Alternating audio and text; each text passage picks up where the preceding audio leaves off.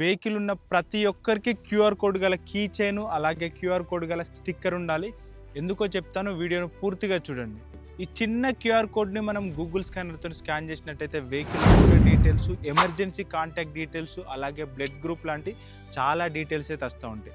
మామూలుగా మనం రోడ్ పైన వెళ్తూ ఉంటే అనుకోకుండా ఎప్పుడైనా యాక్సిడెంట్ అయితే అనుకోండి, మనం మాట్లాడే సిచ్యువేషన్లో చూసే సిచ్యువేషన్ లేనప్పుడు చుట్టుపక్కల వాళ్ళు చూసి అంబులెన్స్కి కాల్ చేస్తారు. కానీ మనకి ఏదైనా మెడికల్ ట్రీట్మెంట్ తొందరగా తీసుకోవడానికి అలాగే పేమెంట్స్ లాంటివి చేయడానికి ఫ్యామిలీ మెంబర్స్ వాళ్ళు ఉంటేనే చేస్తారు.